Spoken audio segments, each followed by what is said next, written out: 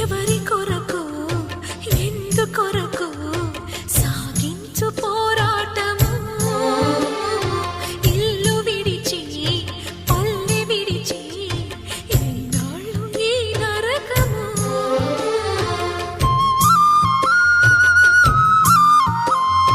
గుండెలో బాధలను దాచుకోవాలి నా పోరు బాటలో నీ తోడు కావాలి పల్లెనే ఇల్లుగా నువ్వు చూసుకోవాలి పంచాది నిర్మలకు చెల్లెవనిపించాలి ఈ